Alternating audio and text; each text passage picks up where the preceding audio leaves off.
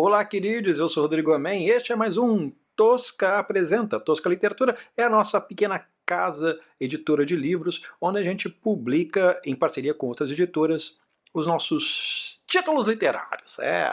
Hoje nós vamos falar a respeito da nossa trilogia de terror, chamada Pesadelos Brasileiros.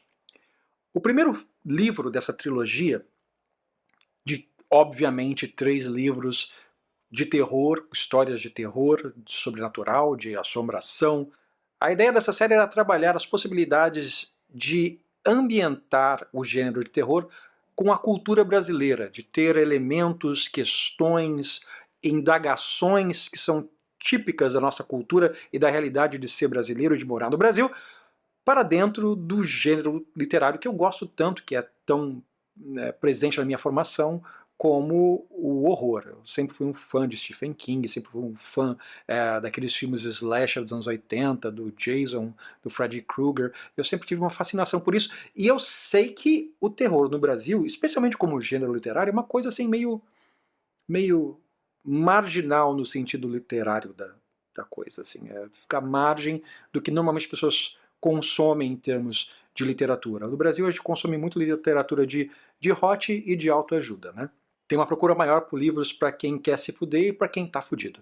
Mas como eu cheguei à ideia de escrever o primeiro livro do Pesadelos Brasileiros? Eu sou natural de Mato Grosso do Sul e meu pai era um jornalista, radialista daquela região, que um belo dia eu estava vasculhando as coisas, os armários lá de casa, e eu encontrei um fichário cheio de roteiros de um programa de rádio que ele tinha feito para uma radiodifusora, a AM, lá em Campo Grande, há muitos anos atrás, e eram roteiros de uma radionovela de terror. Cada episódio era um conto de terror que ele interpretava com atores e com efeitos sonoros. Como era tudo feito ao vivo na época, eu nunca ouvi o programa, mas eu li aqueles textos e fiquei fascinado com a possibilidade de poder desenvolver alguma coisa parecida. O tempo passou e eu comecei a entrar em contato com casos de assombrações registrados em diversos lugares do Brasil. E eu decidi usar isso como a ponte que faltava para unir o horror ao Brasil. Então, em cada um dos capítulos do livro O Brasil Sombrio, eu conto a lenda de uma assombração, de um lugar assombrado, de um conto trágico, sobrenatural, que aconteceu em cada um dos estados da federação. Todos os estados têm uma história de horror. É claro que esse livro, como eu sempre faço aqui na Tosca, também virou um audiobook. E eu quero agora convidar você a ouvir um dos episódios deste audiobook do Brasil Sombrio, e depois você pode, se quiser, conferir o resto no link lá no Instagram, no link na nossa bio. Você pode encontrar ele tanto no formato audiobook como no formato e-book para você ler também. Eu espero que você goste. Ir a Salvador e não visitar o Mercado Modelo é como ir ao Rio de Janeiro e não ver o Cristo Redentor. Assim como o elevador Lacerda é uma das peças mais marcantes da arquitetura baiana. Localizado no bairro do Comércio, foi tombado como patrimônio histórico e hoje abriga lojas de artesanato e produtos típicos.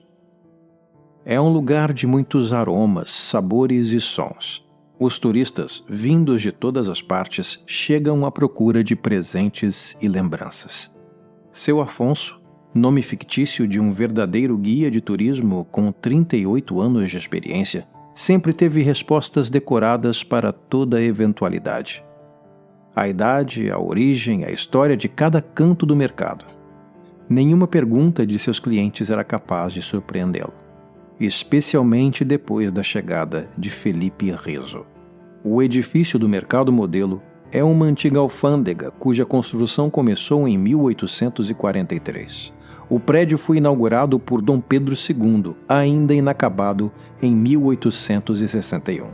O Brasil, apesar de ser a última nação escravagista do planeta, já dava passos concretos rumo à abolição do comércio de seres humanos. Em 1850, foram proibidas a compra e venda de novos escravos. Levaria ainda quase 40 anos até que o país pudesse se ver livre da chaga da escravidão. Toda sociedade tende a evoluir aos poucos. Não seria diferente na Bahia. No entanto, o cerco aos escravagistas acabou tendo um terrível efeito reverso. O comércio de escravos se tornou muito mais lucrativo e perigoso depois de proibido.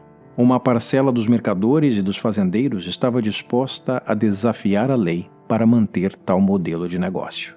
Alguns desses senhores de engenho fizeram um pacto com funcionários públicos menos escrupulosos. Depois de fechada a alfândega, estes fiscais receberiam uma carga especial, no calar da madrugada. O navio negreiro desembarcaria sua carga, que ficaria armazenada no subsolo do prédio. Os primeiros carregamentos ocorreram sem maiores problemas. Porém, numa noite quente de fevereiro, um grupo conseguiu fugir, entortando as grades das pequenas janelas que garantiam a ventilação do ambiente.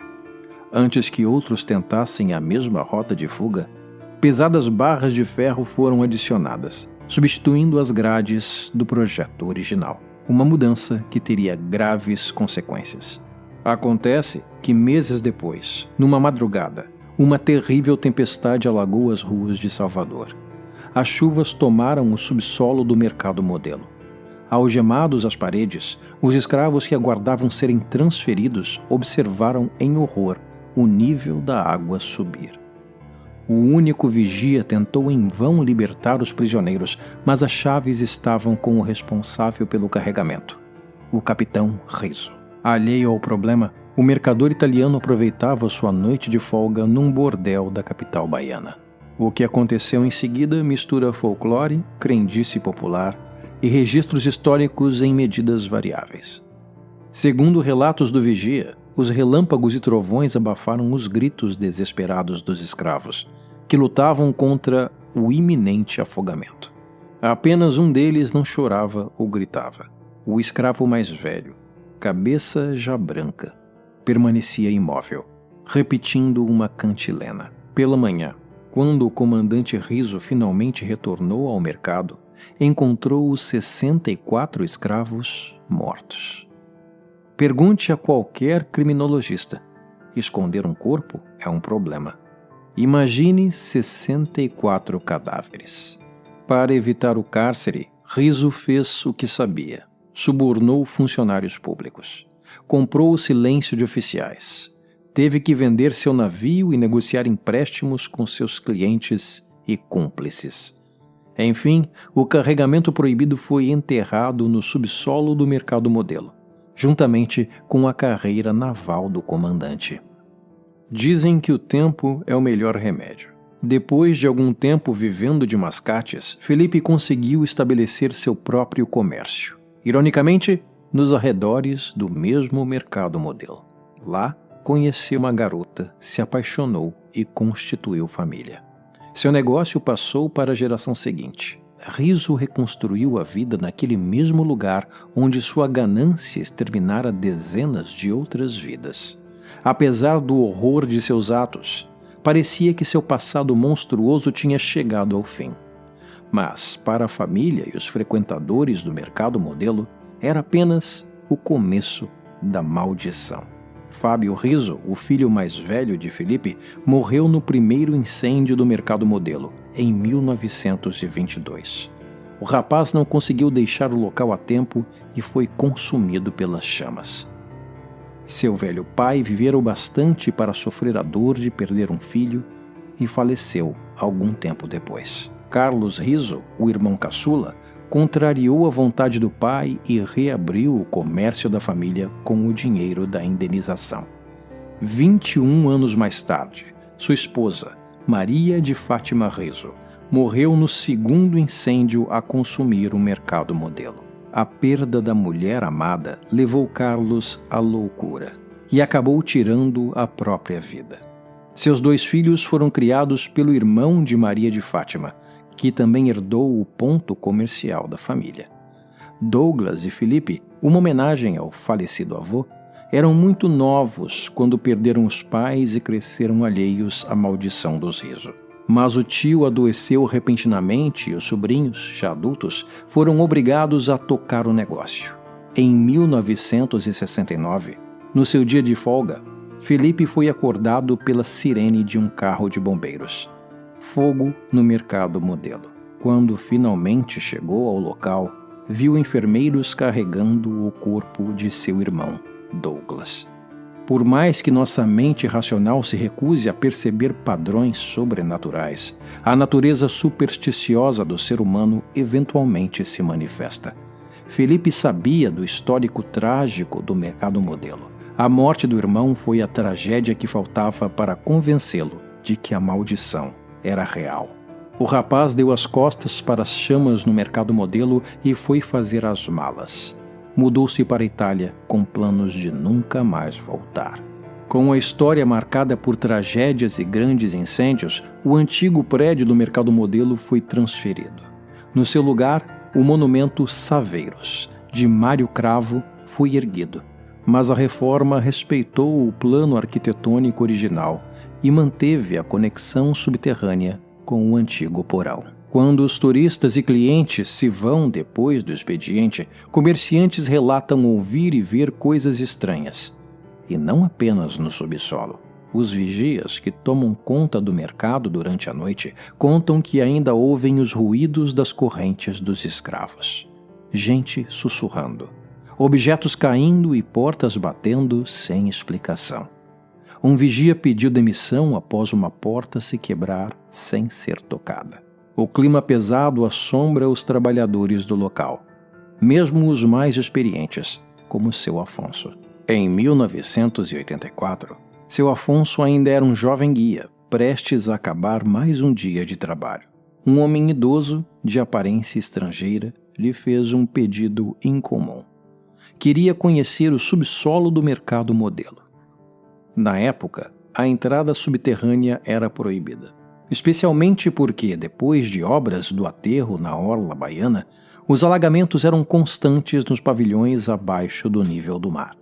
O velho, apoiando-se numa bengala de marfim e falando com um carregado sotaque italiano, insistiu e ofereceu dinheiro suficiente para que o jovem Afonso mexesse seus pauzinhos com um vigia.